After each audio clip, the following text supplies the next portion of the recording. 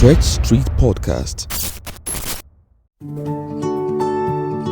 My name is Sabrina Ozma and I'm a Nigerian, full-blooded Naija for life. I'm a TV host, I'm a poise and etiquette coach, I'm a singer, I'm an actor, I'm a model, yes, I'm a fashion connoisseur. I'm a happy child, I'm a lover of good things. That is all I do. In fact, I'm a Jesus girl for life. Yeah, stamp it.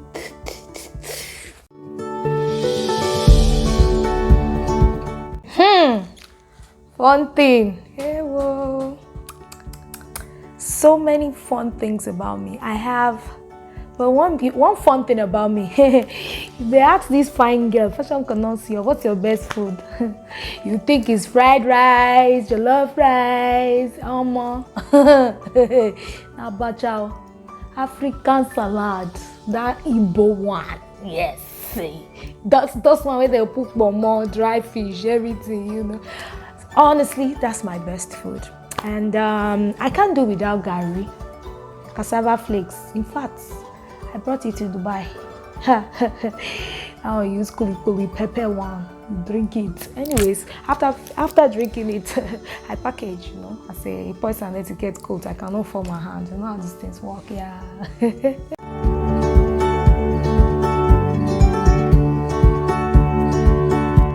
So I grew up with my grandma, and there's something she always tells us, and which has stuck with me. Godliness with contentment is great gain.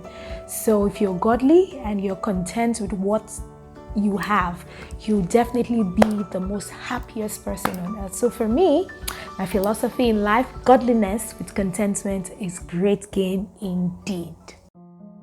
No matter how dark the night is, the sun always rises. No matter how hard life gets, keep moving forward. You never know what amazing things are waiting just around the corner. No story is too rough and no journey is too tough. Join us on Stretch Street to be inspired by the stories of people who have been through it all and come out stronger. Stretch Street Podcast. Stretching without snapping.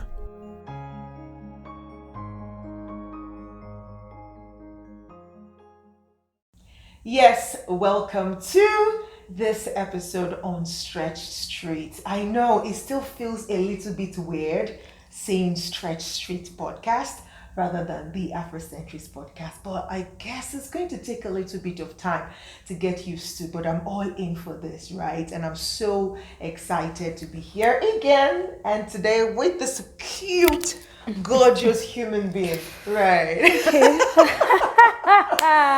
See me now, I'm calm because I've seen somebody like this one, like the energy level is like high like this. 100.100. You know what I'm saying? No time. Right, so welcome to the show today. I believe you've met my guest, Sabrina Ozma, and today we're going to be diving into her story. Remember that why this, podcast exists is to share the stories of people who have gone through experiences that have stretched them, but in a way they didn't snap because they've been able to overcome those stretches and be the amazing people that they are today. And so we're going to be diving into Sabrina's story. And she's like, are you really ready? Are you really ready to hear this story? Okay. Anyways, how are you, Sabrina? I'm so well. Thank you so much for having me here. I've been looking forward to this. So before I start this story, if you don't know, because I care to tell everyone that cares to listen, because you will listen on. You don't have a choice. If you're going to listen to this podcast before I start, before you say, I'm not interested, because on this one, you're going to be so interested. She taught me TV and radio presenting. She taught me. She was one of my teachers, and that's like 6 years ago. She taught me what I'm doing presently, and to the whole world, I just want to say thank you for your love. I know it wasn't like you were so hard then, but go and do your assignments tomorrow. Read this, I will never forget. And that has helped us to who we are today. I'm so grateful. Thank you so much. She's a genius, a legend. And I just know that there's so many people that you've taught. They may not say thank you, but I'm part of that 10 lepers that God healed. The one that came back. Yes, I'm the one that's saying thank you. Don't worry, I'm going to buy you a private jet. Woo! Get ready. Trip Oh, all over the world. Once Sabrina Ozma is. It has hammer. Hammer. I'm hammering already, but hammer, ma. Yeah. So awesome. Just being here alone and saying this alone is even enough reward for whatever it is that we did back then, guys. And this is also plugging in a shout out because I couldn't have had that platform and that opportunity to train Sabrina and the rest of the people we trained at the Pro MCs without Kamal Salau. Yes, so shout out to you, Kamal Salau, if you get to watch this ever. Thank you so much. And also to my paddy, one and only Shegon Baba. Thank you, guys. You we did that together. I'm not saying, not leaving out all the other facilitators we had back then. Shoma BBB, Nelly, VN, all of you. We just want to say thank you because that seed that we sowed then is germinating. And look at Sabrina today, such an amazing broadcaster on the Redeemed TV. Yes, Dove Television, the Redeemed Christian Church of God. Amazing stuff. Like when you watch her, she's like, I'm just like, whoa. Talkie.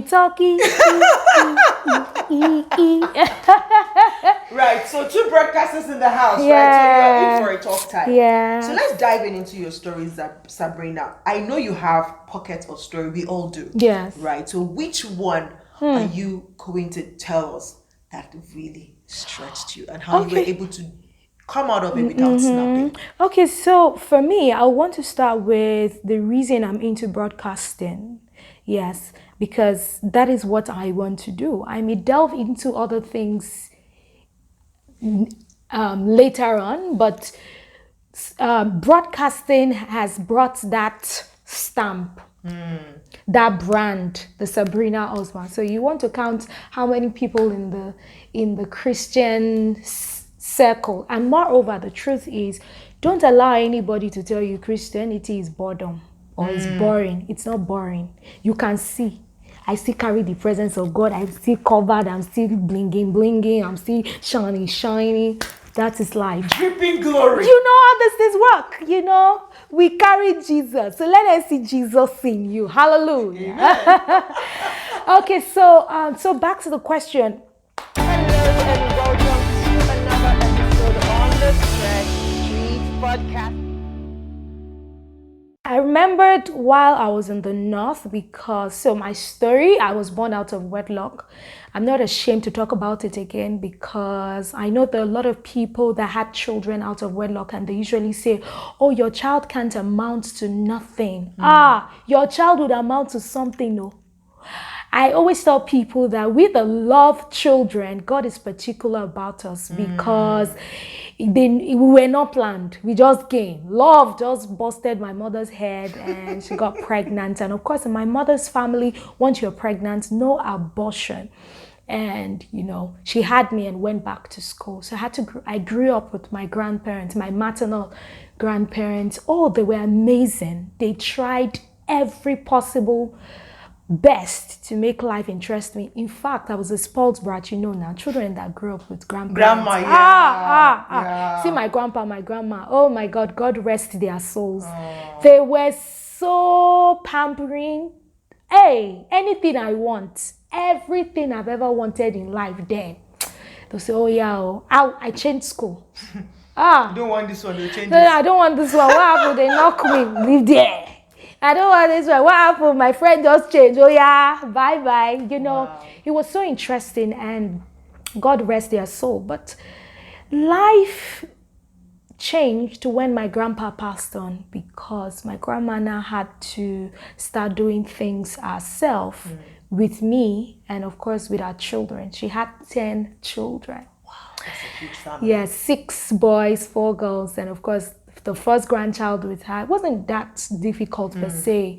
And I remembered I told my grandma that, no, I didn't know that, my stepdad, God rest his soul, to pass on 3 years ago, was an amazing father to me. He never for once made me feel like he wasn't my father. No, I never knew until my biological father, I don't know why he wrote me that letter that day, sent a letter through, because he's been looking for me.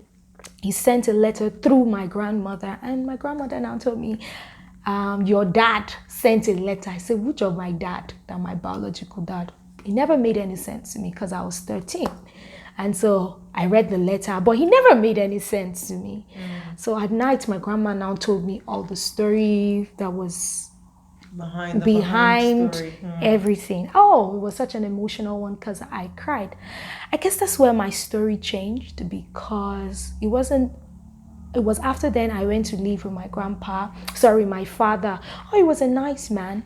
My biological dad, of course, my stepmother, amazing woman. Yes, God blessed me with steps that are great. Shout out to my mom too, because my mom is a strong woman. She's a prayer warrior. She's my covering. She's my shield. I remember then too, when my grandma, my mom were around, and they are asleep, and I'm sleeping. They'll wake up, both of them. They will join hands. I know that they are praying. I know that they are praying. The day I said amen, you are not sleeping. Let us pray. Like, I do, God, no longer will I be saying amen again. Let me not be, that's fake sleep. Well, that's on a lighter note. And now fast forward to when I met my dad. Yeah, my dad was a very good person, and he also tried his possible best, but there was no connection, and he tried everything possible to make life easy for me, but there was not that connection. I started struggling with love. I started struggling with, although my stepmother tried her best, my elder brother too tried, because he had a child too before me. They tried that, but I was struggling with self-esteem. I started struggling with self-esteem, and well, I will bring, maybe it's not time for me to talk about this, but maybe part 2 you have me to come talk about that. And I remembered I had to leave my dad due to some stuffs that was affiliated to him not paying my school fees, that if I don't do this, he won't pay my school fees. Not sexual, not anything sexual, it was just family, because he wanted a better life for me and he wanted me to go with someone else. I'm like, no way, I can't do that. And so I left. And fast forward to the next thing, I was in Kaduna, back to Kaduna, because that's where I grew up. I grew up in Kaduna, and back to Lagos. So I was like, whether we like it or not, then I went for Glow Naija Sings. I was the second person they picked in Kaduna as a whole, Glow Naija Sing. The first, of course, like I said earlier on, I can sing. And so I came to Lagos. Shout out to Tosin Martins. He was the one that brought me from Kaduna, like, you have to do music. So I started the struggle in Lagos 7 years ago. I came to Lagos 7 years ago fully, because we came in for Glow Naija Sings, and I went back to Kaduna, then came back.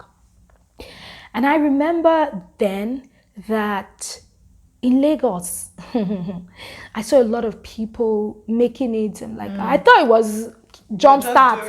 We'll just do this thing. And there was a day someone told me, think in this Lagos, you can make it. I won't call the person's name because he's a known person. You think you can make it? You can come from Kaduna and to Lagos to come and make it. You are joking. Lagos, even me that have been in Lagos for more than 20 years, I'm still struggling. Oh, that day, I said to myself, if this is how Lagos is, let me just go back to my Kaduna. Well, I'm like that prodigal son or that prodigal daughter. Back to your dad. Just go back to my dad now. I don't have a choice as it is. How will I leave money and affluence and come and suffer in Lagos? And I remember I saw Pro MC's Academy on, yes, because Derele, yes, was in Kaduna, and I saw it on his status. He was on Facebook, Pro MCs, you want to become. Said, someone said, but you can talk, oh, why don't you try it? So, shit, they say I will not make it in this Lagos, all this TV. Oh my God. How many English? All these Lagos people that they can do British, everything, America, me, Hausa girl. Please, how am I going to survive in this Lagos? And my friend Joseph paid. He said, go, you can do it, just go. And I went for Premises Academy. I was determined to make it. I said, I won't sleep around in Lagos. I won't misbehave in Lagos. If people are making it in this Lagos, I will make it. And so that's how I went for Premises Academy. Of course, after that, they'll put you up for internship. I think it was in Cool FM. The first 5 days, someone told me to Kimberley. They told me off Dove Television opening. I'm like, okay, let me just go for Dove Television opening. Because then I was grinding music, everything, voiceover. Like German. We don't know which one. And then I remember my salary. If you want to talk about my salary, my first salary in Dove Television, I don't want to talk about it because it wasn't even close to the salary level. The minimum wage. The minimum wage, thank you. I started and it was a tough one. I remember my first day on air. They believed in me there. And I remember my producer, still my producer, she said to me, this is your first time and you did amazingly well. Like, this one I was carrying the iPad to my chest like this because you have to receive calls, you have to read text messages. She said, no, that you did fantastic. I said, it's my school, they taught us, I just had to pack everything up. And I remember there was a day too, I had an accident. I was on my way to the office and I got robbed on my way. I said to myself, I was injured. I said to myself, this life is tough. How can I be going to the office? I had to be on air because the thing did not affect my eye. At least it was my knee. Because while I was running, I fell on the expressway. Thank God there was no car coming. Wow. There was no car coming. If not, they would have crushed my enemy to death. And I still went on. I smiled. I did everything, finished. My producer said, you have to go home. So it was when I finished, I told him that you had an accident. I had an accident. Said, I don't understand. Where's the accident? Because it was a long skirt and I showed him. Why did you tell us? Why did you not come on here as if nothing happened?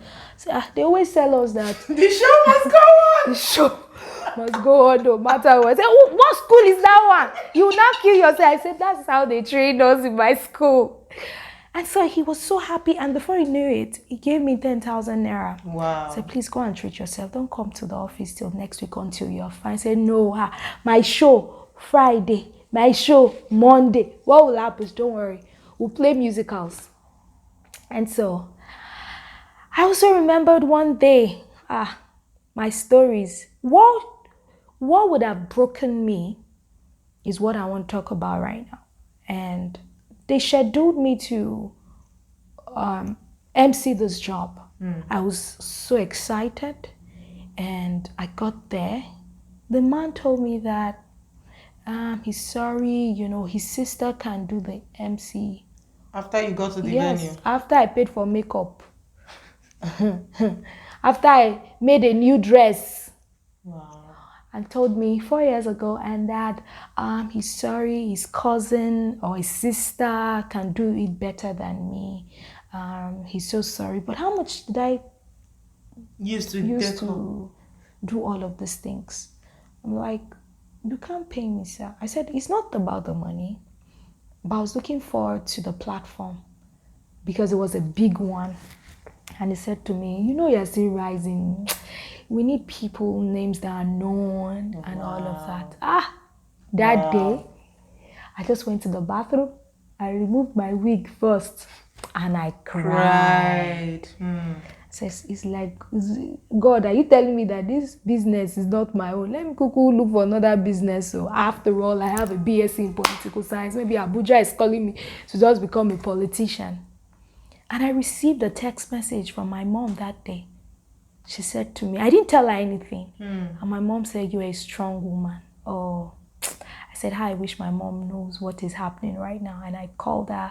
I wept. I wept on the phone. She said it was the Spirit of God that told her to tell me that I'm a strong woman. I wept. And in the midst of this, I had a fatal heartbreak. Fatal heartbreak, that's a new one. Yes. It's not the normal heartbreak. It's not fatal accident. Fatal heartbreak. Fatal breakfast. Oh. And so everything just came up on me like, no way. If this one cannot break me, nothing else can break me in this life. And I left. Got back home. I went back on air. And so many scenarios, but this one specifically that I just shared, forever in my memory because the man called me last week and said to me, oh, we have an event, Sabrina, and I want you. And I told him, I said, I'm not doing. I said, I'm sorry, I'm turning down this. I have a very important event on the same day, October 1st. I said, no, I'm not. How much are they paying? I said, I'm not doing, sir. I'm sorry. They've paid me ahead, even though they haven't. I'm not doing all of this to make him feel anything. I'm just telling him that Sabrina that it's you no said, longer the same. Yeah, so you're well, at that time there was not a known name. Yes. Now you're a known name. Yes. So now you are worthy of their platform. Yes, worthy of their platform. And don't tell me that I'm wicked though. I'm just saying that I gave him the same medicine. You ask me why, but you're a Christian, haven't you forgiven? I have. But I just thought I should let him know that I'm no longer available. You know, definitely I have a job the same day. It's not a lie, but I've committed myself to those ones. And I said to them, and so my word is my bond. That's what I said to him. So I said, okay, but we're looking forward to another time because we have so many events coming up. I'm so proud of your progress in Lagos. The Sabrina Ozma, I'm like, Let me pause you there. Yeah. Because, I mean, you would have noticed, like, EJ, you're not start saying anything. You're just listening to the story. That's exactly what this podcast is about. To hear the stories of others, to see that the struggle is universal. Everybody goes through struggles, right? But it's just in different phases and in different dimensions or levels, right? So you've heard Sabrina's story and all from the family issues to the rejection, to the heartbreak and all of fatal, not fatal. Fatal heartbreak and all of that. But still, she stayed consistent. Yes. She stayed focused on exactly what she wanted to be. And this is the message that I would like to draw out from this conversation today. And you saw that, like, see, there are people watching. The same people that look at you today and say, what are you doing? What are you doing with your life? Even though at that point you're actually putting in your best, but they can't see it yet. Or they can't see exactly the whole point of whatever it is you're doing. Please, I want to encourage you. Look at Sabrina. Stay at it. Keep it. Keep at it. Keep at it. Have faith. Be courageous. You can overcome every situation and obstacles that is standing on your way. Just trust in God. Do what you need to do and leave the rest for God. Don't do ashawo, prostitution. It will not pay you. Just stand strong because this job, okay, so the other part that we are surrounding of, it's my job. I talk. The other part I want to say is this job attracts men to you. Not as a woman. Yes, as a woman. You're attractive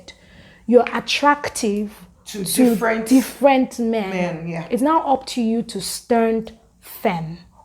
Hold on to your virtues is very important, and to what I don't know what you've said, but to me, I have said that I'll work hard and make it, no matter what, no matter the struggle, whatever it takes, whatever it is. So be strong and be courageous and have faith, and you will definitely be the best at whatever it is you at do. whatever you do. So Yeah. I hope that you've been inspired, you've been motivated by Sabrina's story here. You can be anything you want to be. And I know this is not the first time you're hearing it, but I also feel like sometimes when life hits you like left, right, center, we kind of forget sometimes.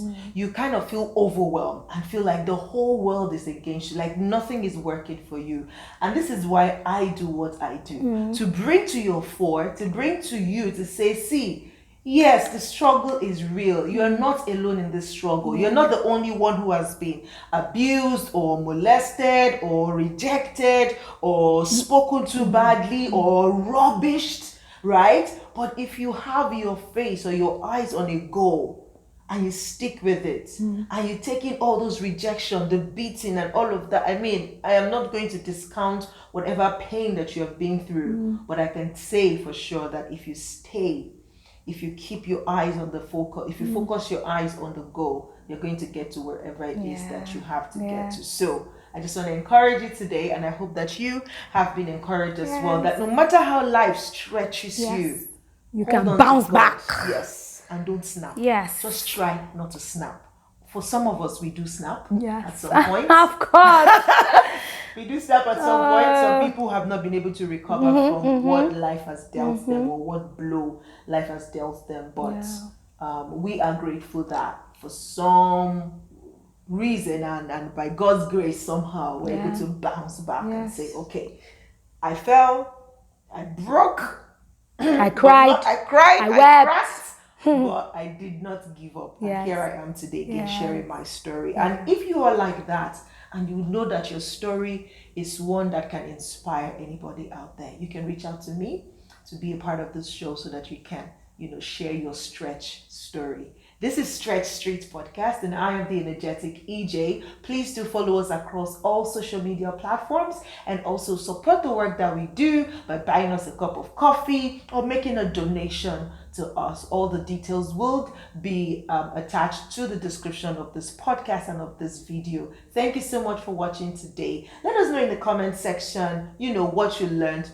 one or two things that you learned from this whole story. And if you have any shout out for Sabrina, you better go look out for her show. Follow her across her social media Sabrina platforms. Ozma. One and only. Yes, one and only. No counter, not what? No counterfeit. At all. No other Sabrina, just Sabrina Ozma. Right, so follow Sabrina across the social media handles. It will be attached to the description of this podcast, and follow her work. She's doing amazing work on Dove TV. And this is where my own space is. And I hope that you're going to join me again on the next episode of Stretch Street Podcast. Keep stretching, but do not snap, okay? Yes. I'll see you next week. Bye-bye. Bye-bye.